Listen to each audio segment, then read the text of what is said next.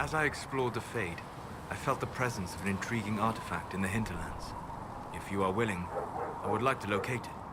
I have marked its location as best I could determine. I'd like to know more about you, Solas. Why? You're an elven mage.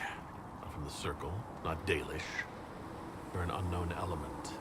If I'm to trust a self-taught apostate with my life, I need to know more about him. I don't see myself as self-taught. But then, since I have not told you, you'd have no way of knowing that. All right. What can I tell you?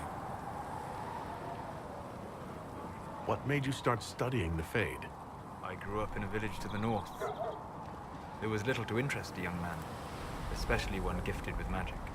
But as I slept, spirits of the Fade showed me glimpses of wonders I had never imagined. I treasured my dreams. Being awake, out of the Fade, became troublesome. Did spirits try to tempt you? No more than a brightly colored fruit is deliberately tempting you to eat it. I learned how to defend myself from more aggressive spirits, and how to interact safely with the rest. I learned how to control my dreams with full consciousness. There was so much I wanted to explore. I gather you didn't spend your entire life dreaming. No. Eventually, I was unable to find new areas in the Fade. Why? 2 reasons. First, the Fade reflects the world around it. Unless I traveled, I would never find anything new. Second, the Fade reflects and is limited by our imaginations. To find interesting areas, one must be interesting. Is this why you joined the Inquisition? I joined the Inquisition because we were all in terrible danger. If our enemies destroyed the world, I would have nowhere to lay my head while dreaming of the Fade.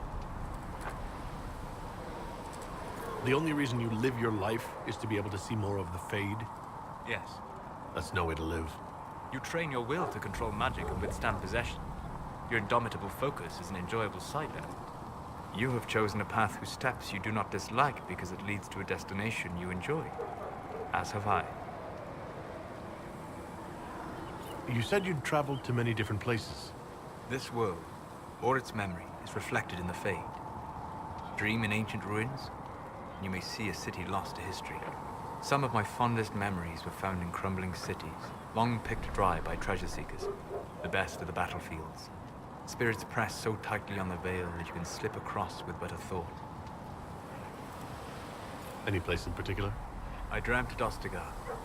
I witnessed the brutality of the Darkspawn and the valor of the Ferelden warriors. I saw Alistair and the hero Ferelden light the signal fire, and Logain's infamous betrayal of Kaelin's forces.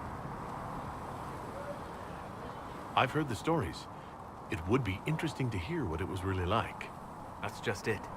In the Fade, I see reflections created by spirits who react to the emotions of the warriors. One moment, I see heroic wardens lighting the fire, and a power-mad villain sneering as he lets King Kaelin fall. The next, I see an army overwhelmed and a veteran commander refusing to let more soldiers die in a lost cause. And you can't tell which is real. It is the Fade. They are all real. Have you always traveled and studied alone? Not at all. I have built many lasting friendships. Spirits of wisdom, possessed of ancient knowledge, happy to share what they had seen. Spirits of purpose helped me search. Even wisps, curious and playful, would point out treasures I might have missed. When I asked if you were with anyone, I meant other people.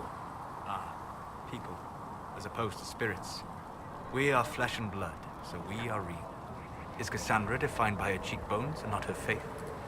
Varric by his chest hair and not his wit?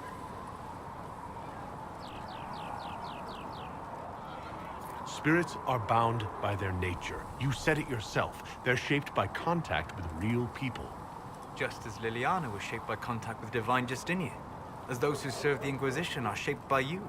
If I change your mind in this conversation, does that mean you're no more real than a spirit?